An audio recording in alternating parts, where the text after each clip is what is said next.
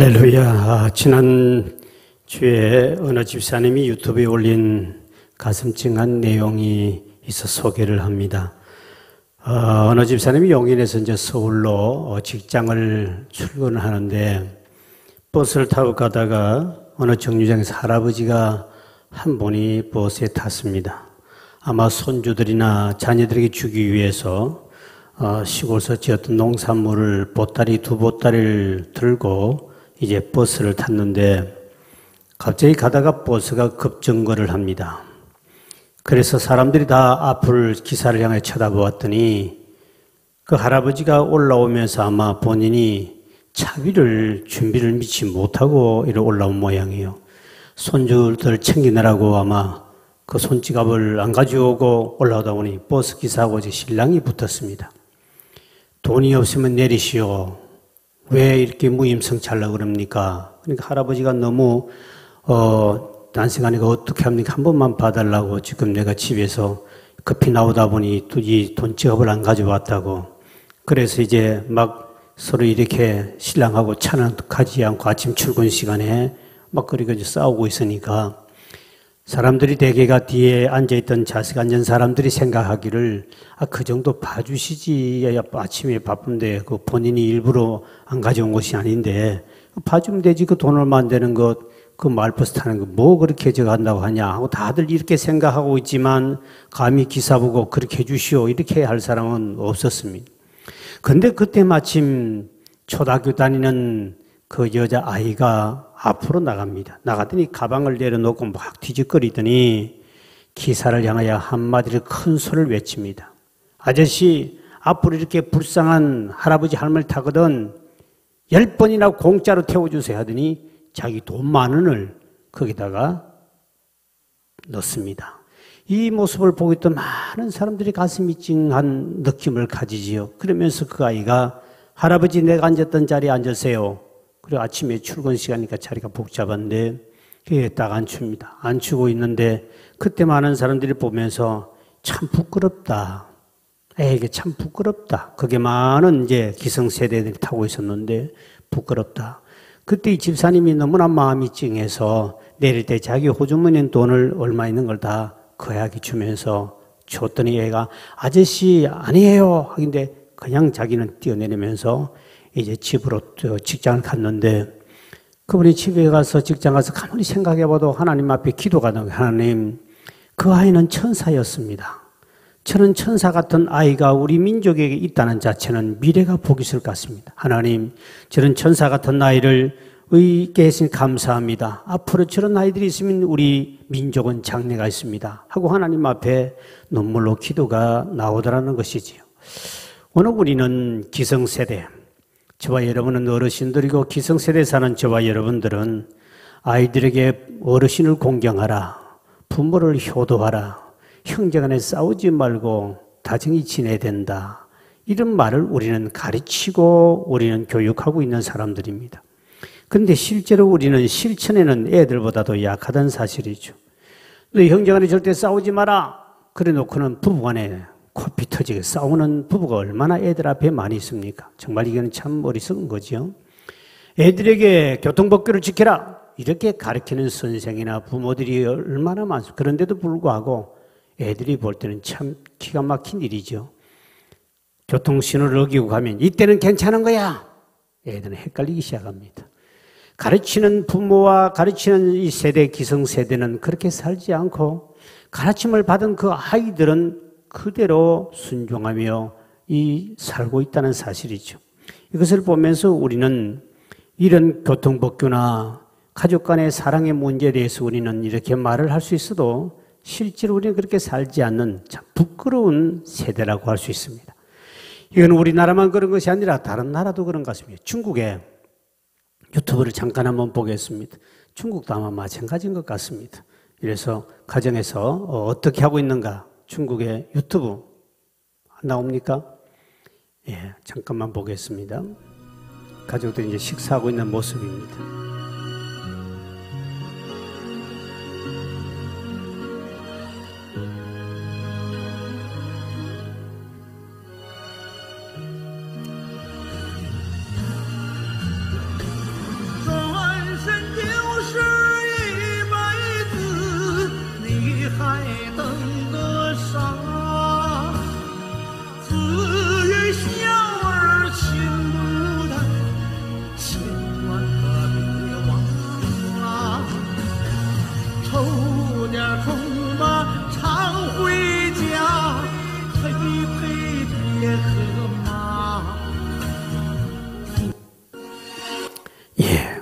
우리는 이 가정의 달을 맞이해서 오늘 마지막 이제 행복한 가정을 만드는 말씀을 나누고 다음 주는 우리 성령 강림 기념주일이지요. 그래서 다음 주는 이제 가정 설교가 끝납니다만 오늘로 어떻든 행복한 하나님의 가정을 만들고 살기를 하나님이 원하시는데 사탄이 가정에 개입한 이후로부터 끊임없이 우리 인류의 가족들은 현재 위기를 만나고 가정마다 무너져 가고 있고 가정마다 사랑이라보다는 오히려 미움과 왼수를 맺고 있으며 가정이 점점점 불행해져 가고 있는 가정은 갈수록 많아지고 있다는 사실입니다.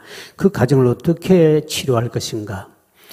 부모와 자식 간의 갈등, 그리고 부부 간의 갈등, 또 고부 간의 갈등, 우리는 계속 하나님의 말씀을 통해 나누고 있는데 특히 고부 간의 갈등은 우리나라가 세계에서 1위라고 그럽니다. 이 스페인 같은 나라는 부모가 늙으면 딸이 모시게 돼 있다 보니까 고부 간의 갈등이 전혀 없다고 그래요. 서구 사회도 이런 사회 전체가 노인을 보호하는 그러한 제도가 잘 되기 때문에 고부 간의 갈등이 별로 없다고. 그런데 우리나라는 예수 믿는 집안도 고부 간의 갈등은 이거는 정말 누구 말대로 요단강 건너가야 죽어야 해결되지 이 땅에서 풀지 않더라는 겁니다. 그렇기 때문에 이 현대 며느리들은 인류조상 하와를 가장 존경하고 부러워하는 것은 어떻게 하와가 그렇게 오래 장수했을까? 그 비결은 딱 한 가지라 그러죠. 시어머니가 없었기 때문에. 시어머니 없이 만들어진 것이 하와입니다.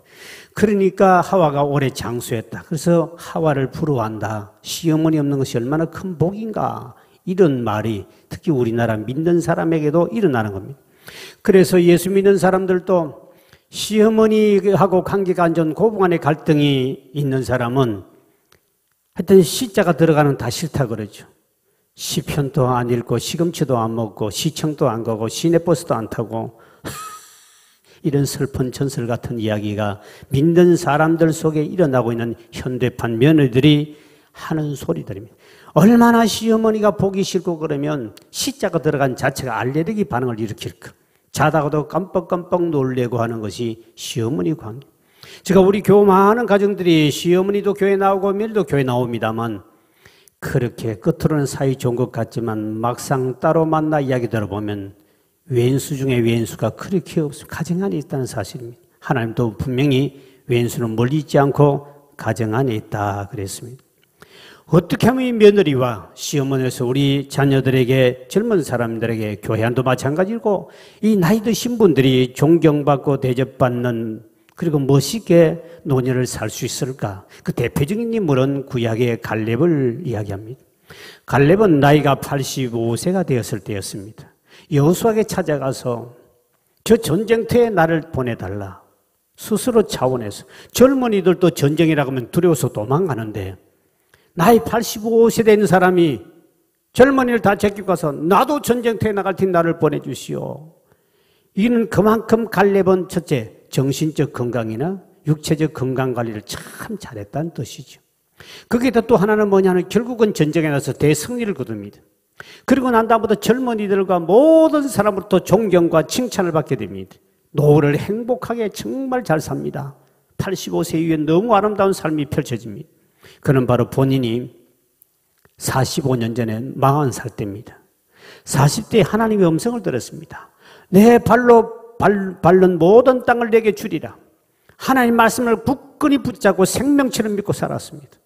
그랬더니 하나님은 그에게 건강을 주시고 젊은이에게 칭찬과 존경받으며 가족으로부터 그리고 위대한 인물로 등장을 선 하나님 말씀을 생명처럼 지키고 믿고 살았기 때문에 그랬더니 그 노후가 아름다웠습니다. 오늘도 마찬가지로 지금도 우리가 노후를 좀 행복하게 살 수 있고 젊은이들로부터 며느리로부터 자식으로부터 존경받고 살려면 갈렙처럼 믿음 안에 바로 서 있으면 하나님 여러분 노후에 행복한 날이 돌아올 줄 믿으실 바랍니다. 오늘은 우리 아버지에 대해서 말씀을 나누고자 합니다. 성경에 하나님께서는 우주 만물을 만드시고 난 다음에 하나님 가정을 만들어 주십니다. 그 가정을 만들 때 제일 먼저 만드신 사람이 바로 아버지, 남편, 아담을 세웁니다. 그리고 난 다음에 여자를 뒤에 만들죠. 그리고 자식을 낳게 합니다. 그래서 가정이란 공동체를 만들어서 하나님은 가정을 복되기를 원했고, 그리고 그 아버지가 사명을 감당할 수 있도록 하나님은 그들에게 은혜와 능력을 주시고, 항상 아버지에게 하나님은 복을 주기 시작했습니다. 하나님은 아버지를 먼저 세우고, 그리고 난 다음에 가정의 질서를 잡고, 그 아버지가 바로 서는 집안에는 천대까지 하나님이 복을 준다고 오늘 본문에 말했고, 아버지가 비실비실하고 아버지가 믿음 안에 바로 서지 못한 3, 4대까지 그 저주가, 그 심판이 이르리라 그랬습니다. 그러니까 아버지가 얼마나 중요한지, 아버지 노릇 바로 하면 천대까지 복을 받는데, 그 아버지가 믿음 안에 바로 서지 못하면 3, 4대까지 하나님의 심판이 있으리라. 성경의 대표적인 아버지상은 열국의 아버지라고 부르던 바로 믿음의 조상 아브라함을 대표적인 인물로 씁니다. 그분은 75세 하나님을 믿었습니다. 그런데 하나님께서는 이 아브라함을 열국의 아버지라고 부르게 된 것은, 그는 하나님은 그 아버지 훈련을 철저히 시키고 난 다음에 25년을 시키고 난 다음에 100세 하나님이 자식을 줍니다. 하나님께서 25년 동안 아버지 훈련을 하나님이 믿음 안에 시켰다는 거죠. 그리고 난 다음에 자식을 낳았기 때문에 그 자식이 하나님 앞에 엄청난 축복을 받게 되죠. 그 기근과 가뭄 속에서 100배나 복을 받는 자녀가 되고, 그 손자에서 결국 메시아가 탄생하는 놀라운 축복까지 받는데, 그 아브라함이 했더니 천대까지 진짜 복이 임해버렸습니다. 아브라함이 75세 하나님을 믿었지만, 그러나 그가 믿음 안에 바로 섰더니 하나님은 그에게 큰 복을 주셨다. 첫째 자녀 교육의 믿음으로 아버지가 먼저 훈련받았다는 사실이죠. 우리는 예수 믿고 결혼한 지 얼마 안 됐는데 자식 낳는 사람 많습니다. 그러니까 아버지 노릇 제대로 못하는 사람 많은 것이죠. 아버지가 믿음 안에 바로 선 아브라함처럼 이런 믿음의 훈련을 25년 받고 난 다음에 자식을 주겠다고 자식을 주겠다고 하고 난 다음에 25년 세월이 흐릅니다. 그 속에 끊임없는 훈련을 가르칩니다. 그래서 성공합니다. 아버지 노릇 잘못하면은 3, 4대까지 임한다. 심판이 만드는 무서운 겁니다. 어느 집에 할아버지가 알코올 중독자였습니다. 술만 먹으면 할머니를 폭행을 합니다. 그래서 할아버지가 어느 날 할머니를 세게 찼더니 허리가 문제가 생겨서 허리가 삐끗하고, 그 길로부터 할머니는 허리를 한 번도 펴지 못하고 굽은 상태에 살다가 그 길로 돌아가십니다. 그 모습을 손주가 보고 있었습니다. 손주가 보니 할아버지가 너무 밉습니다. 할아버지가 발길을 할머니를 차버리는데 그것이 허리가 문제 생겨가지고 그 길로 평생 한 번 펴지 못하고 그 길로 죽어버리니까 할아버지에게 싸우고 싶어도 힘도 없고, 근데 할아버지가 너무 미운 거예요. 그런데 그 뒤에 아버지가 어머니하고 싸우는 모습을 또 이 아들이 보고 있습니다. 보았더니 그 할아버지 그 모습을 그대로 자기 어머니 발길을 찼더니 어머니가 아이고 허리하고 들어 누워버립니다. 그때도 이 아이는 아버지가 너무 밉지만 자기 힘도 없고 말릴 힘도 없습니다. 할아버지도 할머니를 발길을 차가지고 허리가 아파 평생이나 지면 죽었는데, 아버지마저 자기 어머니를 발길을 차더니 어머니가 허리를 또 다칩니다. 그때 이 아이는 결심을 합니다. 나는 결혼하면 절대로 할아버지, 아버지 저런 저주 같은 발길을 차는 저기는 절대로 하지 않을 거야. 아내를 특별히 사랑할 거야. 결심하고 다짐해서 드디어 결혼을 하게 됩니다. 결혼을 해서 이제 살아가다가 절대로 그거는 하지 않겠다고 결심했던 이 아들이 어느 날 부부간에 말다툼을 하다가 아내가 막 자꾸 약을 놓으니까 막 그만 발길이 한 방 날아갔는데, 그 발길이 차였던 아내가 아이고 허리야 하고 엎드리는 순간에 번쩍 정신 차렸습니다. 아이고 허리야 하는 말에 자기를 보니까 할아버지, 아버지 3대째 똑같은 거짓거리를 자기가 하고 있는 모습을 보게 됩니다. 그 자리에 무릎을 꿇고 아내에게 잘못했다고 용서를 빕니다. 그 길로는 이분은 집사였기 때문에, 대단한 집사니까 그 길로 모든 걸 내리고 금식기도 올라가서 금식을 합니다. 하나님, 이 못된 저주 할아버지부터 아버지에게 내려왔던 이게 내 3대까지 임하는군요. 오늘 이 본문의 말씀을 생각이 나오는 거지. 이 저주를 꺼내야 되겠구나. 이거 정말 무시무시하는 거구나. 나는 절대로 안 닮으려고 그랬는데 이렇게 닮아버렸구나. 철저히 금식하며 회개함으로 그 저주를 끊어버리고 가정이 행복이 찾았다는 이야기가 있습니다. 우리가 오늘 모든 아버지는 이 자식들은 아버지 영향을 받게 됩니다. 아버지가 가르치지도 아니했는데 이렇게 살아가지 않는데도 보면 아버지의 잘못된 모습들, 그 나쁜 습관들까지 그대로 담게 되어 있습니다. 그래서 아버지가 믿음 안에 바로 서지 못하는 반드시 3, 4대까지 그 저주가 그대로 임한다는 거죠. 그러니까 아버지가 얼마나 중요한 빛인가. 그리고 교도소에 가 있는 사람들, 그 사람들에게 설문을 조사를 했는데 거기에 놀라운 것은 아버지에게 받은 상처가 다 많았다는 겁니다. 자식이 감옥소까지 오게 되는 거의 다 아버지 영향 때문에 감옥에 왔다. 아버지를 좋아하는 자식이 한 명도 없었답니다. 모두가 아버지를 미워했다는 겁니다.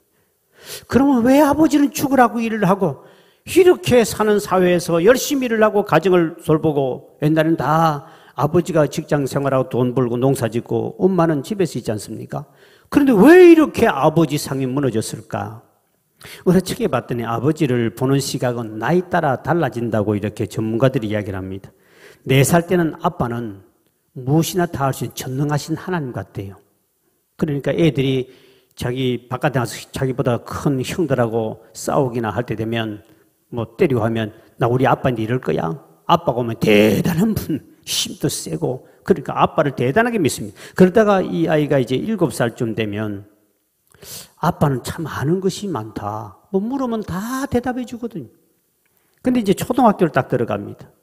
초등학교를 딱 들어가면 8살 딱 들어가면 이제 헷갈리기 시작합니다. 아버지가 더 높을까? 선생님이 더 높을까? 이제 그때부터 아버지 상이 슬슬 무너지기 시작하다가 본인이 14살이 딱 되면 아버지하고 본인이 아빠는 모르는 것도 많고 나하고 세대 차이가 난다. 중학교쯤 되면 아빠는 세대 차이가 난다. 그리고 아버지하고 대화도 하기 싫다. 벌써 아버지하고는 촌수가 멀어지기 시작한다고 그러죠.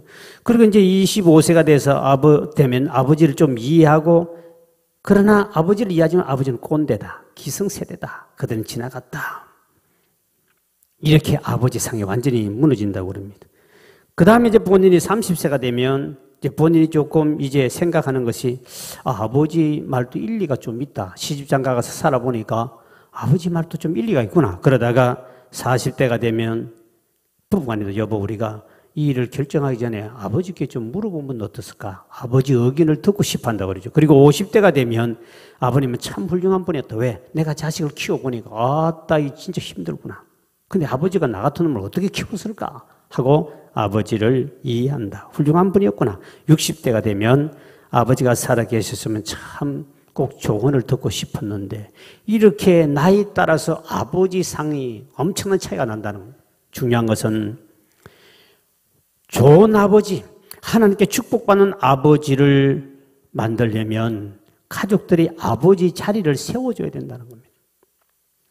아버지 자리를 세워주지 않으면 아버지를 무시해버리면 하나님의 복이 임하지 않습니다. 성경에 남편이 아버지가 믿음 안에 바랐을 때는 아버지에게 복을 주니 아내도 복을 받고 자식도 복을 받고 천대까지 그 복이 임하는데 가정마다 아버지를 세워주지 아니한다. 아버지를 세우자. 영국 문화원에서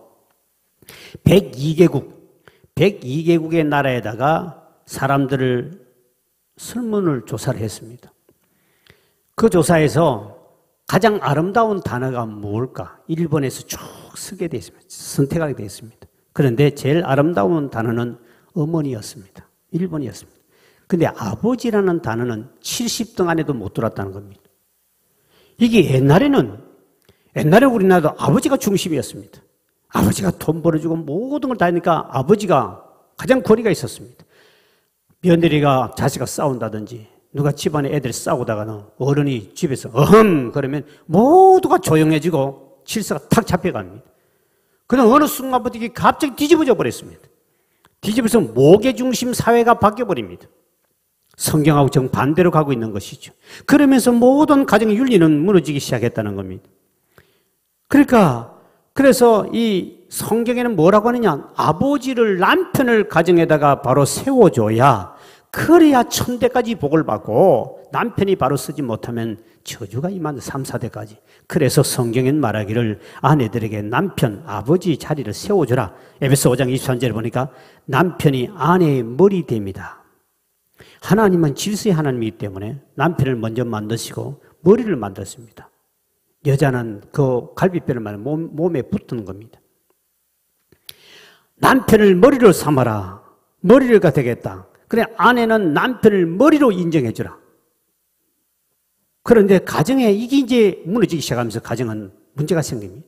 남편을 머리로 만들어주는 성경이 하는 말은 남편을 일단 가정의 주인으로 인정해주고 존경해주고 그리고 복종하라고 그랬습니다. 성경에 남편에게 복종하는 다른 것이 아니라 남편을 머리로 인정해주란 말입니다. 그런데 지금 사회는 어떻게 돌아가는지 압니까? 성경의 반대로 갑니다. 여자가 주인으로 하고 여자가 명령을 하는 집이 많습니다. 아닌 척한 인간도 있지만 대개 보면 다 그래요. 여자가 남자를 명령을 합니다. 남자가 제일 싫어하는 것이 뭔 줄 압니까? 명령입니다. 이거 하시오, 저거 하시오, 이거 해라, 저거 해라. 왜 못하냐? 이거는 성경에 위배되는 겁니다. 절대로 성경은 남자는 여자의 이 명령을 제일 싫어합니다. 그럼 정반대로 가버립니다. 청개구리 심보가 있어가지고. 도와주세요, 해주세요. 이렇게 부탁하는 거는 괜찮지만 남편을 주장한다. 이거는 엄청난 성경의 위배입니다. 그렇기 때문에 남자들이 제일 싫어하는 거예요. 왜? 남자들은 남자의 세계에서는 상하가 있으니까 선배, 후배가 있고 있으니까 복종 자세를 가지만 이게 여자와 살 때 여자의 지시를 받고 여자가 하라는 말 들을 때는 제일 기분 나빠가지고 할 것도 안 해버립니다. 일을 시키더라도 당신 저거 빨리 좀 해, 청소 좀 해 이래버리면 일부러도 안 해버리라고 합니다. 그런데 칭찬해주고 세워주면 청소만 하는 것이 아니라 다른 것까지 하지 말란 것까지 다 해줍니다. 이게 남자는 하나님 그렇게 만들었다는 겁니다. 근데 이거를 모르는 여성들이 자꾸 남자를 부려먹으려고 그럽니다. 명령을 하려고 그럽니다. 그래서 성경은 뭐라 그러냐? 여자를, 아내는 남편에게 순종하라. 베드로전서 3장 1절에 보니까 그 아내의 행실로 말미암아 남편이 구원을 받게 된다. 왜 남편이 전도되지 않느냐? 아내가 남편에게 순종하지 않으면 그렇습니다. 남편을 가장으로, 남편을 머리로 성경에 인정해주고 그게 복종만 해주면 어느 남편이고 아내 말 따라 교회 안 나올 인간이 없다는 것입니다. 근데 우리는 한두 번쯤 해주면 남편도 저 인간이 교회 가더니 뭘 또 요구하려고 내게 또 이렇게 하냐 하다가 계속 남편을 세워주고 복종해주고 칭찬해주고 세워주니까 남편은 저절로 아내가 나를 사랑한다고 믿는 것이죠. 남편은 아내가 사랑하는 것을 어디 느끼느냐? 아내가 자기 말에 복종해주고 순종해줄 때, 아, 이 여자가 진짜 내게 사랑하구나. 그때 아내와 가정을 위해서 생명을 바치며 헌신한다는 것이죠. 이게 하나님이 그렇게 만들어 놓은 겁니다. 그런데 자꾸 이 질서를 흐트리면서 다른 방법으로 지배를 하려고 그러니까 남편도 전도도 못하고 남편의 가정에는 자꾸 남편은 바깥으로 돌라고 그러고 열심히도 하지 않고 문제 생기는 바는 뭐냐? 남편을 머리로 세워주지 않으려 그랬다. 그래서 하나님께서는 아내에게 네가 머리가 되지 말고 너는 돕는 배필이 되라고 지난주에 우리 말씀 나눴죠. 이 돕는 배필이라는 것은 연세대 그 박준수 교수님은 이렇게 말씀했습니다.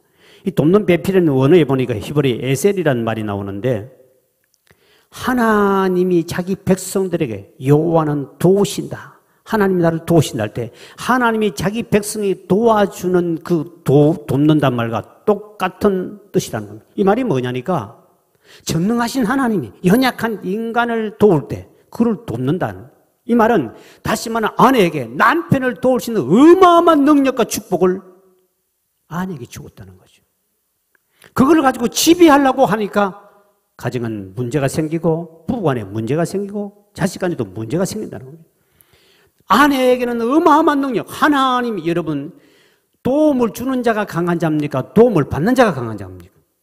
도움을 주는 자가 강한 자입니다. 돕는 배필입니다. 도와주는 여자가 강하게 되어 있습니다. 그래서 여자하고 남자하고 싸우면 남자가 질 수밖에 없어요. 말로도 지고요. 싸워도 못 이깁니다. 그냥 폭력 두드리 부수는 걸 잘하지만 남자. 절대로 못 이기게 되겠어요. 근데 하나님이 아내에게 어마어마한 돕는 배필의 능력을 하나님처럼 그 능력을 남편에게 줄 수 있는 능력을 다 그에게 주었습니다. 단지 남자는 질서로 머리로만 인정해주고 그 앞에 복종하란 말이 바로 뭐냐? 남편을 머리로 세워주고 그것이 일에 복종해주면 남편은 생명을 바친다는 것이죠. 근데 그것이 우리 성경대로 살기가 너무 어렵습니다. 점점 여성이 강화되고 이제는 가정의 질서는 무너지고 성경대로 반대로 가기 때문에 이제는 여성에게 주신 하나님 도우라는 그 능력을 남편을 지배하려고 하기부터 그때부터 가정은 불행이 찾아온다는 겁니다. 하와가 하나님이 그에게 어마어마한 돕는 배필 능력을 주었는데 죄를 짓는 일에 하와가 먹어! 남편 보고 명령하여 남편이 먹다가 함께 저주를 받습니다. 그때 하나님이 하와에게 여자에게 하나님이 심판을 내리죠. 그 심판이 뭐냐? 자녀를 낳을 때, 잉태할 때 고통당하는 거고 창세기 3장 16절에 보면 너는 남편을 원하고 남편은 너를 다스릴 것이니라. 하나님이 저주로 준 것이 바로 그겁니다. 너는 남편을 원한다. 이 원한단 말은 무슨 뜻이냐면 원래 아내에게 하나님 주신 능력은 하나님 앞으로 남편이 나아가서 하나님 앞에 바로 설 수 있도록 밀어주고 하나님 앞에 나아가도록 하는 것이 아내의 역할이었습니다. 그런데 하나님께로 나아가는 길을 차단해버리고 당신이 나에게 아내가 남편에게 원하는 것을 자꾸 요구한다는 겁니다. 이때부터 남편은 아내 때문에 하나님께 나아가는 길이 막혀버린다는 겁니다. 원래는 하나님께 나아가도록 하나님께서 지었는데 하나님께 나가는 그 길을 도우라고 줬는데 그거를 막아버리고 나를 사랑하고 나를 해달라고 그러니까 여기서부터 문제가 생깁니다. 그래서 여러분 결혼 기념일이 돌아오면 우리나라도 그렇다고 그러죠. 대개가 다는 아닌데 결혼 기념일이 돌아오면 남녀가 결혼했습니다. 결혼 기념일 돌아오면 대개가 아내가 남편에게 요구합니까? 남편이 아내에게 요구합니까? 손들어 보라 그러면 틀림없이 아내가 오늘 결혼 기념일이야 여보 하고 요구를 하는 것이 거의 다릅니다. 그러면 여자 혼자 결혼했습니까? 부부가 같이 결혼했는데도 꼭 결혼날 돌아오면 아내는 남편을 원합니다. 이게 하나님이 저주로 내린 심판인데 그거를 지금 또 쓰고 있다는 겁니다. 부부는 같은 결혼했으면 같이 적어야 되는데 왜 여자가 남편에게만 달라고 합니까? 성경에 아내는 너는 남편을 원한다. 이게 저주로 받은 겁니다. 이게 축복이 아니라는 겁니다. 하나님이 심판을 준 것이 너는 남편을 이걸 끊어야 된다는 거죠. 남편이 하나님께로 나아가고 남편이 가정에 설 수 있도록 밀어주고 도와주는 일을 하라고 그랬는데 끌어당겨서 당신은 나에게 해달라. 오늘 많은 가정에 보면 아내가 남편에게 요구하는 게 엄청나게 많습니다. 그거 안 들어주니 이제 그것 때문에 싸움이 일어나고 부부싸움 문제 생기고 당신이 흑살이 쭉땡이냐 왜냐 무능한 남편이다 이러니까 가정에서 아버지의 권위가 떨어져 버리고 자식들도 아버지를 우습게 여겨버리고 온 가정의 아버지를 존경하는 집안이 없어질 정도로 아내가 그렇게 만들어버렸다는 거죠. 이것이 가정의 불행입니다. 그래서 성경에는 아내들아 남편을 머리로 세웠으니 남편에게 복종해줘라. 그러면 하나님께서 남편은 드디어 아내가 나를 사랑해 주구나 하는 것을 알게 될 때 그게 복종이거든요. 절대로 복종하지 않을 때는 아무리 아내가 맛있는 반찬을 해줘도 남편은 절대로 사랑한다고 믿지 않는답니다. 남편이 건강이 안 좋더라도 남편이 원하는 걸 해주면 그때 사랑에 대한 엄청난 걸 느낀다고 그래요. 이 남자는 하나님 그렇게 만들었다는 거죠.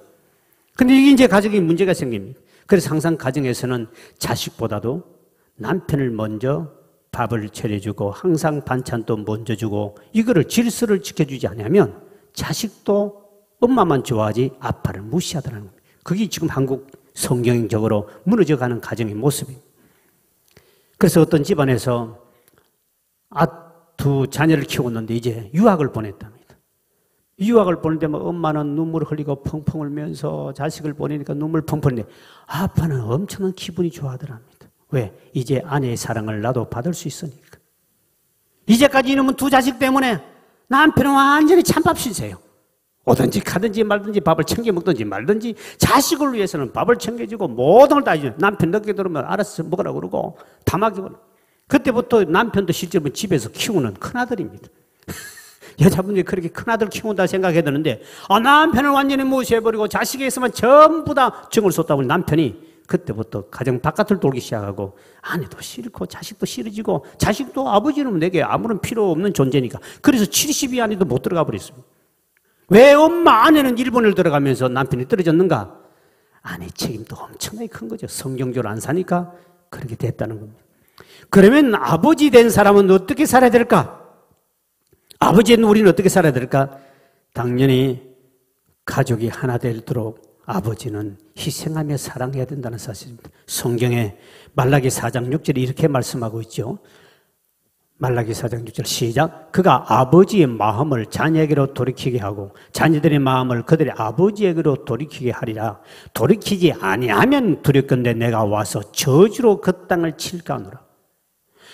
자식이 아버지를 공경하지 않는 그 마음이 아버지로 돌아와야 되고, 아버지도 자식을 사랑하는 마음으로 돌아가야 하나님이 그 가정을 저주하지 않겠는데, 이는 자식들은 아버지를 우습게 여겨버리고 아버지도 자식에게 사랑하는 것보다 욱박지르고 갑질로만 하려고 그러고 소리만 지릅니다.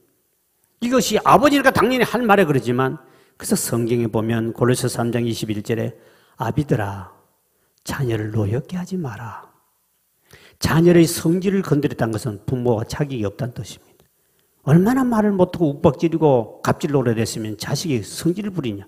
자식을 성질을 부리지 않도록 잘 말하는 것이 부모의 능력인데, 왜 부모에게 엄청난 축복권을 줬는데 내가 어떻게 자식을 화내게 만드느냐? 이거는 부모의 죄라는 겁니다. 무식하다는 겁니다. 성경에 분명히 말하기를 자식이 화내게 한 그 자체는 부모의 죄라고 그랬습니다. 그리고 부모 그만큼 지혜롭지 못하고 믿음이 없다는 뜻이에요. 여러분, 우리가 성경에 보면 아브라함이 이삭을 번제로 갖다 바칩니다. 그때 아들은 힘이 세고 아버지는 110세가 넘었습니다. 나이가 110살이 넘었기 때문에 나이가 많습니다. 그런 상태에서 아버지에게 대들만 합니다. 근데 아버지가 자식을 죽이려고 결박시킨 데도 불구하고 이삭은 절대 순종합니다. 왜 그랬느냐? 아버지가 살면서 아버지를 너무 존경했습니다. 믿음도 존경하고 아버지가 자식을 너무너무 사랑했다고 성경에 나옵니다. 진짜 100세 낳았으니까 얼마나 사랑했겠습니까? 그렇게 사랑하는, 넘어져도 아버지가 눈물을 흘릴 정도로 그렇게 했던 그 자식인데, 자식이 아버지가 결박한다고 해서 아버지가 설마 자기를 죽이겠느냐? 절대로 그건 1% 생각 못해요. 아버지는 나를 너무너무 사랑하는, 본인이 피부로 느껴왔기 때문에 부모 말에는 100% 순종할 수밖에 없도록 키워졌다는 거죠. 오늘 여러분 자식이 대들지요. 그 여러분은 믿음이 본도 못 되었고, 여러분들이 그만큼 자식들을 말을 여러분 욱박지르고 부모의 갑질로만 했지 사랑이 없었다는 겁니다. 진실된 사랑은 그게 아니라는 것이죠. 우리 자녀들을 이렇게 키우다 보면 대개가 부모는 대화 좀 하자. 그러니 대화가 안 됩니다. 왜? 대화라면 대놓고 덤빈다고 대화라 하는데, 대놓고 화부터 먼저 내는 대화라 하는데 부모가 먼저 화내요. 이게 뭐냐? 대화는 그게 아닙니다. 상대방의 말을 들어주고 그걸 이해해 주면서 가면 되는데, 대화하자 그러고 막 대놓고 화부터 내는 것이 이게 대화법이에요. 그러니까 부모하고 자식 간에 영원히 대화가 될 수 없는 것이죠.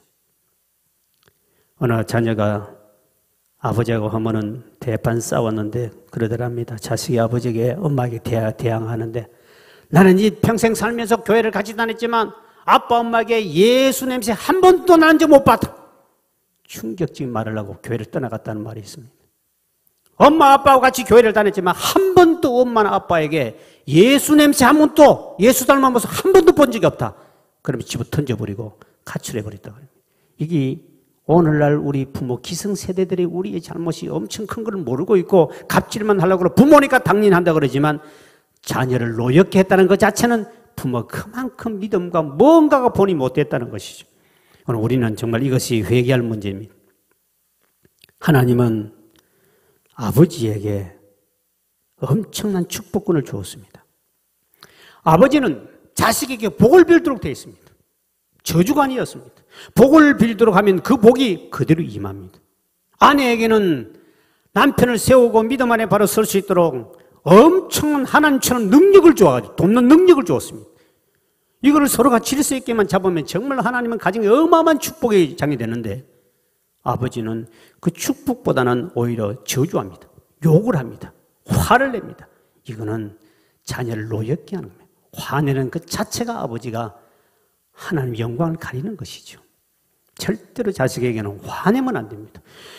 자식에게 벌을 내릴 수 있지만 화를 내면 안 된다. 화를 내면 자녀가 노엽게 된다. 그거는 부모가 성경대로 못 살고 있는 모습입니다. 그래서 하나님은 아버지인 우리는 하나님 아버지의 관계도 좋아야 된다는 겁니다. 자꾸 갑질로만 하고 아버지의 권위를 가지고 지 누르려고 그러고 잔소리식으로 명령하는 이런 시대는 저는 성경은 절대로 그렇게 하지 말라고 그랬습니다. 그러면 자녀를 노엽게 하고 애들이 거부반을 일으킵니다. 왜 거부반을 일으키는가? 그 눈높이의 사랑을 못 받았다는 것입니다. 옛날 스타일로 지금 교육하면 교회도 마찬가지입니다. 교회 교사들이 학생들 가르친 교사들이 옛날 스타일로 유교식으로 명령이나 하고 하면 지금 애들은 반발을 일으키고 다 떠나가 버립니다. 지금은 그런 시대가 아닙니다. 민주화 시대지만 그다 인격 시대입니다. 애들도 성경 분명히 인격을 존중하고 지금도 국가의 법도 아동에 대한 조그만 욕만 해도 바로 부모가 구속됩니다. 고발해버리면 부모가 구속되는 시대입니다. 애에게 어느 폭력도 구속감입니다. 이렇게 지금 시대가 바뀌는 건 이거는 성경적으로 돌아오는 겁니다. 그렇게 해야 되는데 우리 부모 기성세대가 참 우리는 잘못 배워왔고 유교 사상에서 몸에 물들이 있다 보니까 자꾸 명령만 하려고 그러고 지시만 하려고 그러고 잔소리가 되고 억압만 합니다. 이것은 성경에 그렇게 하라고 안 되어 있습니다. 자유를 노엽게 하지 마라. 그래서 예레미야 32장 18절에 이렇게 말씀하고 있습니다. 시작. 주는 은혜를 천만인에게 베푸시며 아버지의 죄악을 그 후손의 품에 갚으시오니 크고 능력 있으신 하나님이시오 이름은 만군의 여호와이시니라. 하나님의 관계에서 내가 하나님 앞에 아버지가 바로 서서 하나님 관계에서 은혜를 충만히 받고 아브라함처럼 복을 받으면 천대까지 은혜가 임하지만 그것이 바로 되지 못하면 자식들에게 저주가 임함으로 너 아버지 때문에 너 때문에 자식이 저주받는다. 부모와의 책임이 엄청나게 크다는 것을 성경이 가르쳐 줍니다. 그러므로 오늘 저와 여러분은 이 우리 가정달을 맞이하셔서 아버지는 하나님 앞에 바로 서기 위해서 믿음 안에 아브라함처럼 열국의 아버지 본을 받고 살아야 되고 믿음을 바로 써야 되고 그리고 아내는 남편으로서 아버지로서 가장으로서의 자리를 세워주고 만들어줘가지고 아버지를 항상 존경하고 부족해도 아버지를 칭찬해주고 아버지를 존경해주고 아버지 말에 우리 순종해주자고 이런 분위기로 만들어줘야 되고 자식도 아버지를 존경하게 저절로 됩니다. 아내가 남편을 무시하면 자식도 남편을 아버지를 무시해버립니다. 이게 이제 과정의 모자 여자분이 점점 가정의 주인이 되고 남자는 버림받는 참 불쌍한 시대에 사는 아버지의 위상을 잃어버렸습니다. 아버지의 부재 현상이 대한민국에 가정마다 막 일어나고 있습니다. 이거는 절대로 성경에 벗어난 일이다. 우리 가정의 달을 맞이해서 우리가 알아야 할 것은 가정의 아버지가 바로 서면 믿음 안에 바로 서면 하나님이 그 아버지 보고 복을 주십니다. 가정의 여자가 믿음 좋다고 하나님이 큰 복 주지 않습니다. 아버지가 믿음 안에 바로 서면 하나님은 아브라함, 이삭, 야곱, 요셉, 성경은 주요 전부 다 인물은 99.9%가 아버지가 믿음 안에 바로 서고 아버지의 머리로 인정해 준 그 가정은 하나님이 그 가정에 복을 주었지만 이게 무너져버리고 목의 사회가 먼저 올라가고 엄마가 주인이 되고 엄마 중심을 됐을 때는 절대 하나님이 그 가정에 복은 큰 복은 주지 않다라는 거죠. 오늘 저와 여러분의 가정이 정말 아버지로서는 아버지의 사명을 잘 감당하고 내 남편, 내 아버지를 축복해 주시고 하나님 우리의 가정이 행복한 가정으로 주님 제가 아버지입니다. 아버지 역할 감당해 주십시오. 이렇게 서로 주님 앞에 회개할 때 여러분의 가정이 한창 더 행복한 가정이 되길 주의 이름으로 축복합니다. 오늘 우리 찬양들과 함께 우리 기도할게요. 사랑은 언제나 오래 참습니다. 하나님 우리 가정에 사랑으로 하나 되게 하옵소서. 이 찬양하고 함께 기도하는 시간 갖겠습니다.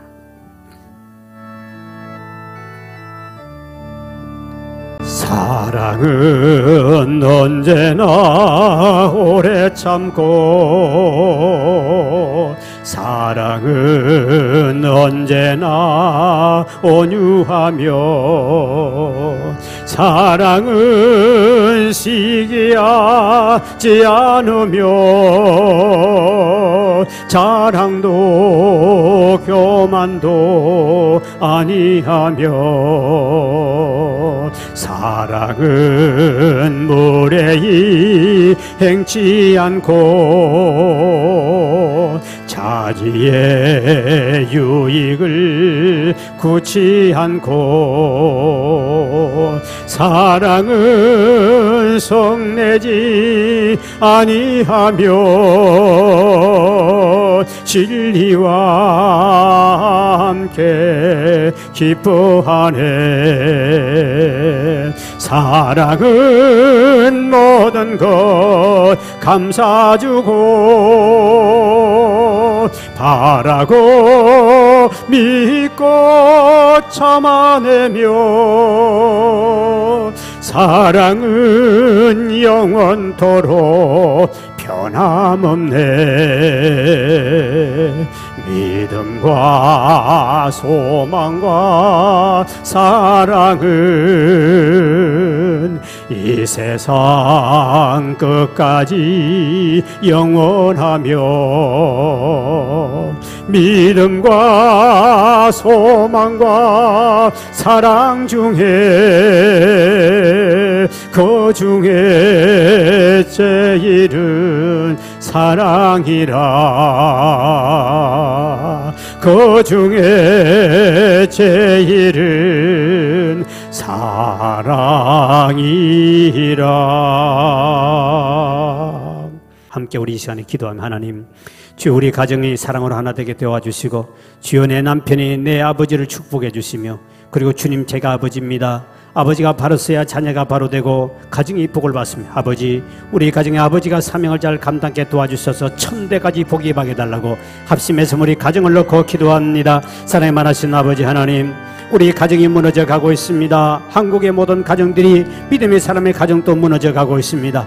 아버지의 말씀대로 바로 쓰지 못한 가정들을 아버지 바로 세워주시기를 원하고 주님 기도합니다. 주여 남편을 바로 세워주시고 내 아버지를 축복해 주시기를 원하며 그리고 아버지 하나님의 남편 된 자로서 또 아버지 된 자로서 주여 제가 아버지입니다. 아버지가 바로 서야 자녀가 바로 되고 가정이 복을 받고 천대까지 복을 주마 약속했는데 우리 가정의 아버지가 바로 쓰게 도와주시고 아버지를 바로 세우는 자가 되게 도와주셔서 이런 말미암아 우리 모든 성도들의 가정은 아버지 하나님이여 온 천대까지 주의 복이 임하고 더가주시고 3, 4대까지 저주가 임하는 저주는 끊어버리게 도와주셔서 우리 하나님의 축복이 우리를 통하여 아버지의 믿음의 조상 아브라함처럼 복의 복을 받고 자손의 자손의 축복이 임하도록 우리 아버지 은총을 베풀어 주옵소서. 우리 하나님이 우리 가정을 지켜주셔서 이 가정의 달을 맞아 함께 말씀을 나눠 싸우니 성경대로 성경의 주님께서 질서대로 가정이 바로 세워지게 도와주심으로 하나님의 모든 가정이 행복한 가정, 모든 가정이 주의 축복을 받으며 모든 가정이 천대까지 하나님의 복이 임하는 축복된 가정이 다 될 수 있도록 우리 한국의 모든 교우들의 가정과 치료하시고 회복하여 주시옵소서. 우리 하나님이 가정을 치유하시고 회복하심을 미사오고 예수님 이름으로 간절히 기도하옵나이다. 아멘.